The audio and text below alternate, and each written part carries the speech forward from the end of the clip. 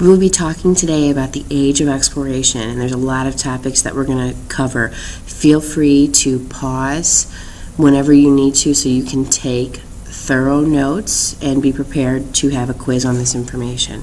So we're talking about the age of exploration, and yes, the Europeans are going to expand. When we talk about the Europeans expanding, understand there are other things going on around the world which we will talk about, and we certainly don't want to have this ethnocentric idea of like Europe's great, Europe's the only,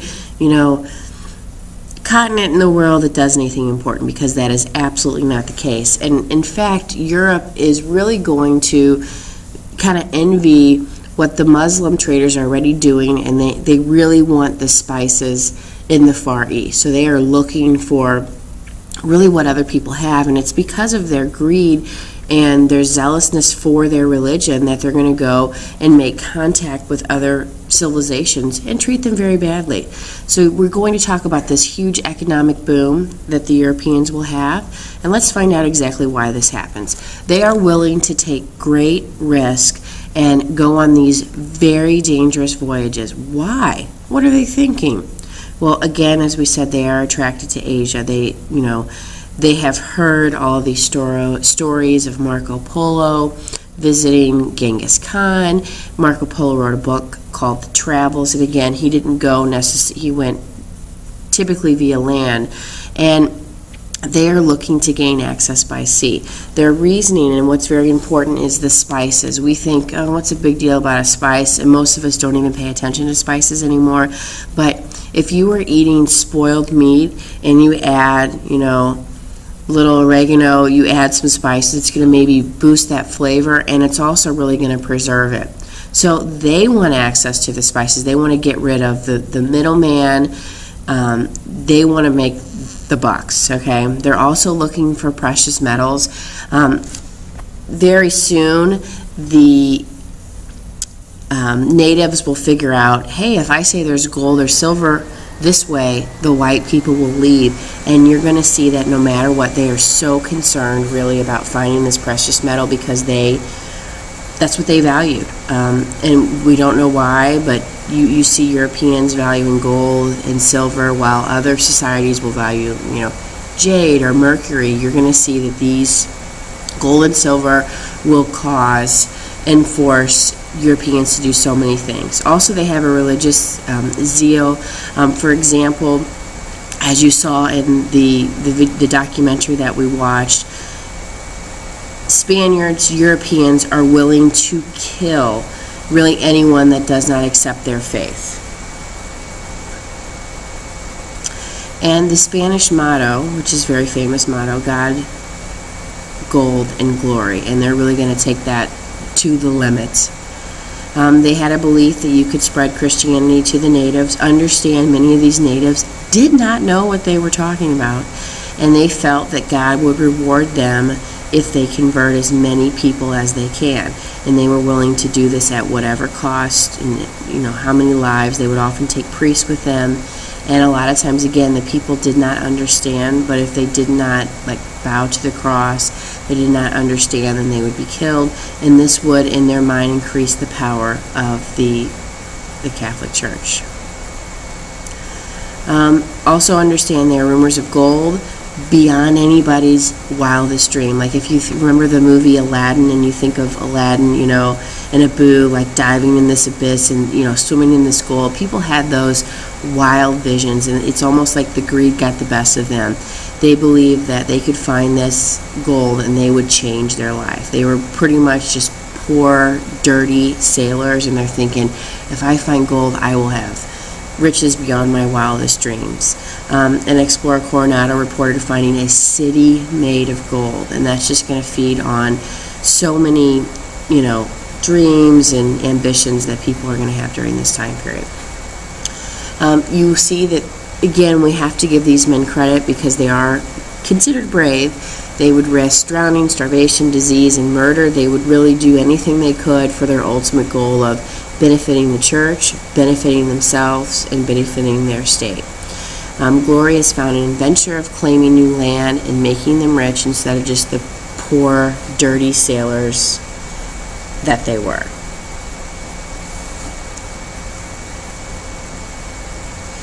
Also, too, there's some early myths that many of these sailors had to deal with and had to say, oh, is this really happening? For example, people really thought there were like sea serpents, and if you watch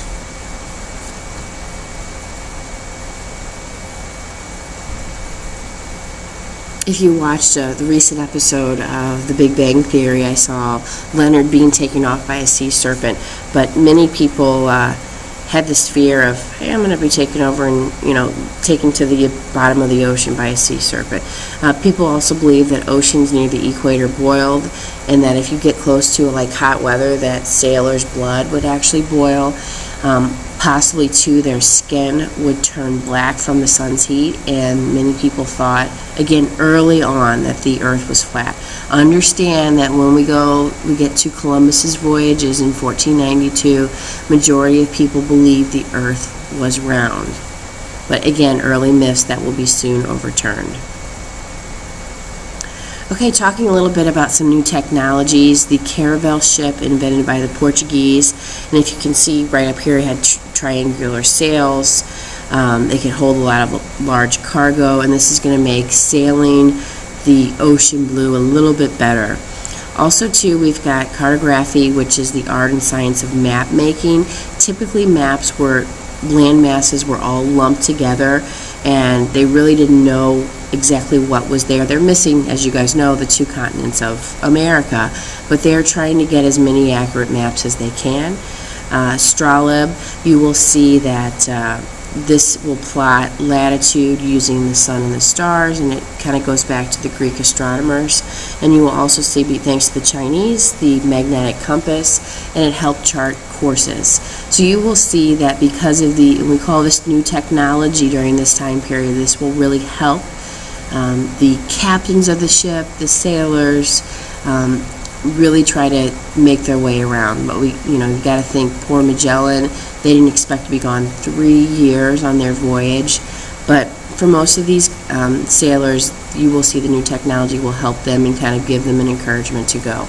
Leading the way in really exploring and shipbuilding, it's going to be the Portuguese. Now, Portugal, if you don't know, is really just west of Spain. It's a smaller country.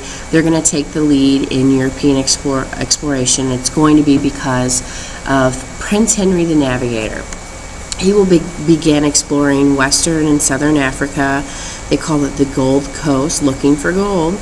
And Henry is really going to lead his country and push his country to go to all these places, and he's going to invest so much money, and he will set the way for other sailors like Da Gama to round the Cape of Good Hope, which is the southern tip of Africa. And Da Gama will actually sail directly to the coast of India. Da Gama, when he got there, he got so many spices, he made a huge profit. So again, several thousand percentage points of profit that he made. And you will see that he'll quickly want to come back. These ships are going to be armed, and they will be successful on land and water, and they are going to take down and take control really of anybody they can. And then also the Portuguese explorers will really start to directly rule parts of India. All right, now we're moving on to talk about the Spanish explorers and specifically what they did and their ideas and what they helped move forward. As I said, people believe the world was round when Columbus sailed in 1492. They didn't understand circumference, though, like we understand it. They also didn't understand the size of the Asian continent, and obviously they didn't know that another continent lay between Europe and Asia. Christopher Columbus was searching for a route to Asia. He had tried to set up and hook up with the Portuguese, and they said no thanks. He will also then go to Ferdinand and Isabella to sponsor him. In 1492, he reached the Americas. And again, after 4 voyages, he was thinking, hi, I'm in India. So that's why we call the Native Americans Indians, which again is not necessarily a politically correct term. Let's talk about our friend Ferdinand Magellan, who will be so brave that he will actually die on his voyage. He makes a voyage. He wants to make a voyage to Asia through the Western Hemisphere. So instead of Da Gama, who was going around Africa and going to India, he's going to sail down the coast of South America. And in 1520, he reached the Pacific Ocean because it was peaceful. They called it the Pacific. And he's going to reach the Philippines, and he will be killed by natives. There were 4 ships that actually left. There were 18 people, and 1 ship left. They were gone for 3 years, and they became the first to circle the globe, and that was Ferdinand Magellan. Okay, let's do this. All right, and look at this cartoon here. India, geez, not only did you get the wrong country, but the wrong continent. I mean, a country I can understand, but a whole continent. So, again, while we understand these European explorers are great and brave and doing wonderful things, they also have some key pieces and key points that are missing. And look, here's where you can see, this is where various people went. You will see this is kind of the route that Da Gama went, even though it's not noted here. And here's where Magellan went, and oh my gosh, she was so close. Philippines, controlled really by the United States, just FYI, from about 1902 till about 1948. So you can see, there we go. Now we're going to talk briefly about French and Dutch explorers. Be sure that you understand this Northwest Passage. The French and the English really are looking for a Northwest Passage. They are thinking that they can go, let's go back to the map so you can kind of see this. They are thinking that they will go through this continent. They think there is a natural waterway which will take them to Asia. Remember, they want what's in Asia. They don't necessarily want what's over here. So they're thinking there's a natural waterway. They can just maybe go by river and go right through. Is there a Northwest Passage? Do we have that? You actually can, via canal, go about halfway across the United States, but no, there's no Northwest Passage that goes directly from the east to the west coast, and really we don't need it at this time because you can just fly or whatever. The French, Cartier, Champlain, De La Salle explored the St. Lawrence River, the Great Lakes, and the Mississippi River for France. Now the French really are a little bit different than the Spanish. The Spanish, when they come, they are sending over men, and they're setting over a conquest system. They're setting up a plantation system where the Spanish males are in charge. And the English, when they come, they're just going to push natives away as far as they can. But the French were a little bit different. We don't want to use the word nice, but they were a little bit more empathetic. They were a little bit more understanding. And they truly did try to fairly trade, and some of them actually lived along, and married Native American women. So in the French in general, they don't want to necessarily move anywhere. They want to stay in France because France is the greatest country ever to live in. And you will see that many of them are just temporarily staying here and trading and things like that. So if you were a native and you came across a white person, you were probably hoping it was a Frenchman. The Dutch sent Henry Hudson. Oh my gosh, I wonder what body of water is named after him, to explore parts of North America and what is now New York. Oh my gosh, look at all these explorers coming. And again, Native Americans living in North America and South America don't really know what's coming. A lot of changes are coming.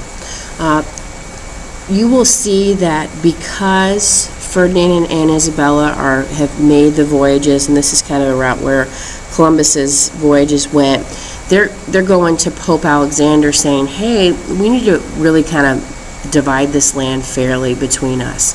Let's draw a line. Let's say, for example, right here, this is the Treaty of Tordesillas, and let's really kind of say, land here belongs to Spain, land here belongs to Portugal. So all of this land, oh my gosh, here you go Spain, here you go Portugal. There should be no fighting at all because now the land has been evenly divided by the Pope. But you're going to see that other countries like France, the Netherlands, or the Dutch, and also the English are not going to listen to this. There we go. And again, specifically for you to define this, it divided the newly discovered lands outside Europe between Spain and Portugal, but very soon it will be ignored. The last two things that I want to talk to you about is John Cabot, who is English. He will explore the New England coast, and you will see that